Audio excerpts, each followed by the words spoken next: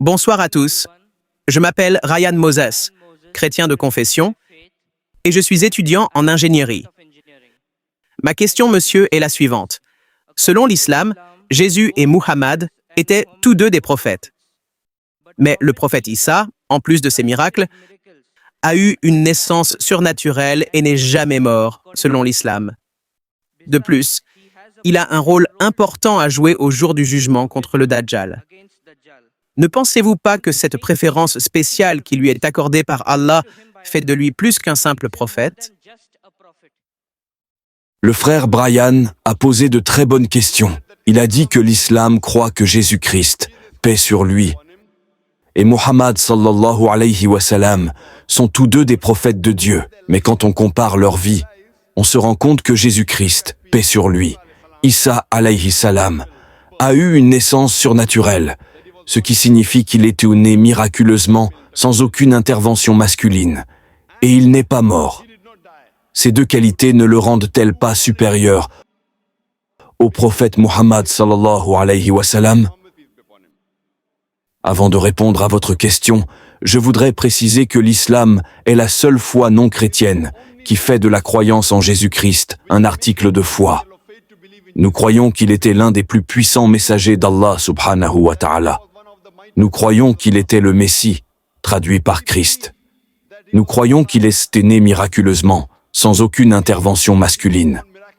Nous croyons qu'il a redonné la vie aux morts avec la permission de Dieu.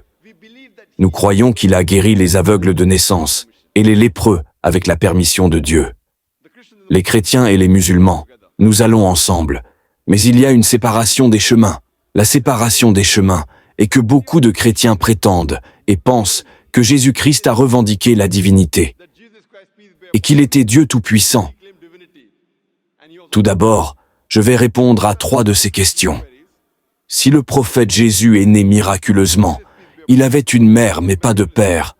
Cela ne le rend-il pas supérieur au prophète Muhammad sallallahu alayhi wa sallam, indiquant que cela ne signifie pas qu'il est Dieu?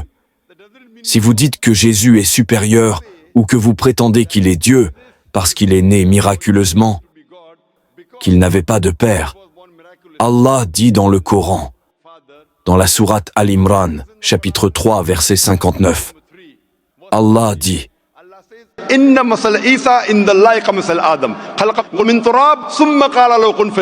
la création de Jésus est, pour Allah, tout aussi miraculeuse que celle d'Adam, qu'il fit de poussière et auquel il dit « Sois », si bien qu'il fut d'homme.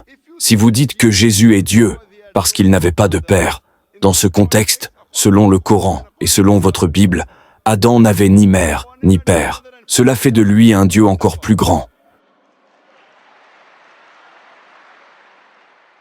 Nulle part la Bible, nulle part Allah ne dit dans le Coran que parce qu'une personne n'a pas de père, elle devient Dieu tout-puissant. Allah est le meilleur des créateurs. Il voulait montrer aux gens sa puissance. Normalement, un être humain naît avec un père et une mère. Il a eu l'exemple d'Adam alayhi salam, qui est né sans père ni mère.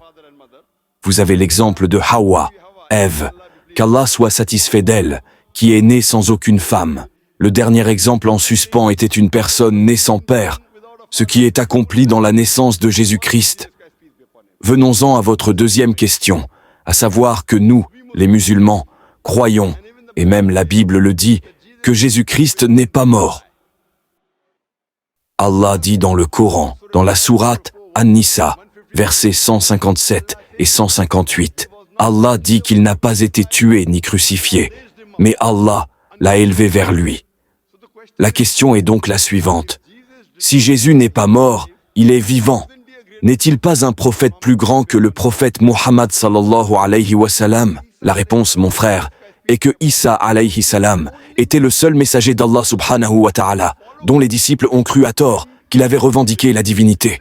Il n'y a pas un seul prophète d'Allah subhanahu wa ta'ala, de Dieu tout-puissant, dont les disciples ont cru à tort qu'il avait revendiqué la divinité. Parce qu'il était le seul prophète dont les disciples ont cru à tort qu'il avait prétendu être Dieu, Allah subhanahu wa ta'ala l'a élevé vivant, afin que, lors de sa seconde venue, il puisse témoigner à ces gens qu'il n'a jamais revendiqué la divinité. C'est ce qu'Allah dit dans le Coran, dans la sourate Al-Ma'ida, verset 116, que lors de sa seconde venue, il dira à Allah subhanahu wa ta'ala, sois mon témoin. Je ne leur ai jamais dit de m'adorer, mais je leur ai dit, adorez Allah, qui est mon Seigneur et votre Seigneur.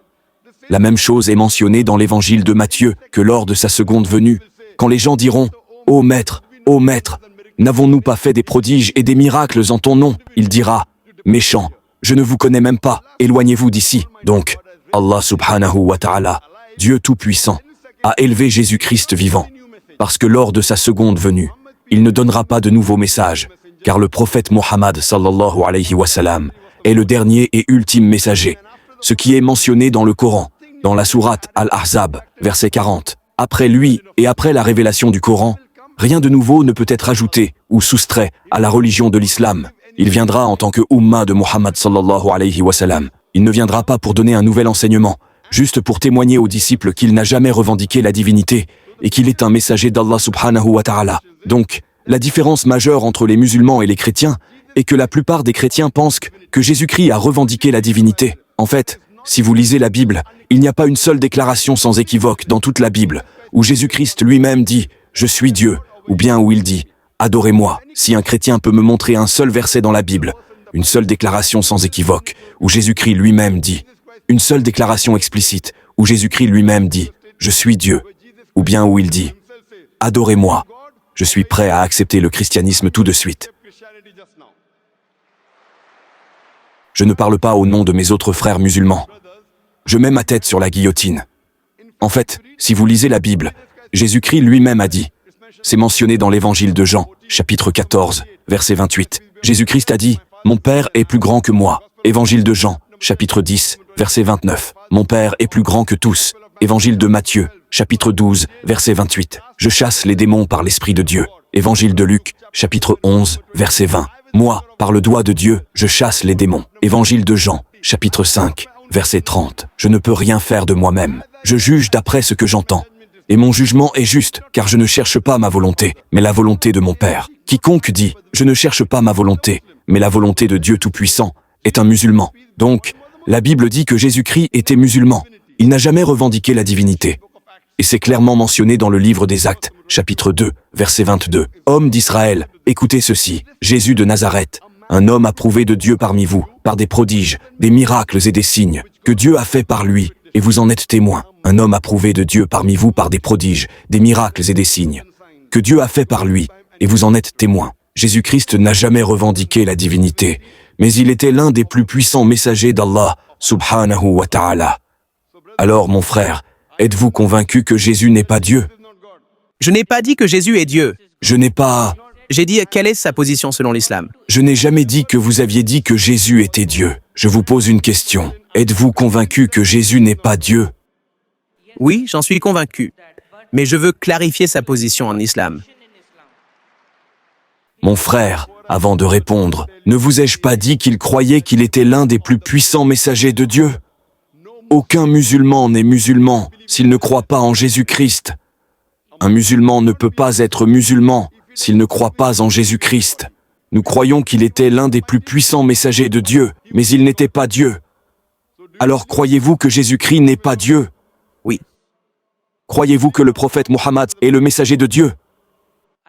Je crois que Jésus-Christ, étant un prophète, était plus qu'un prophète. Cela ne fait pas de lui Dieu. Mais sa position est inconnue. Quelle est sa position exacte? Il est plus qu'un prophète, mais pas Dieu. Mais quelle est sa position? Il est un prophète de Dieu. Il est un messager. Mais il ne remplit pas les conditions pour être prophète parce qu'il a fait une naissance surnaturelle, une mort surnaturelle et encore une fois, le jour du jugement à venir.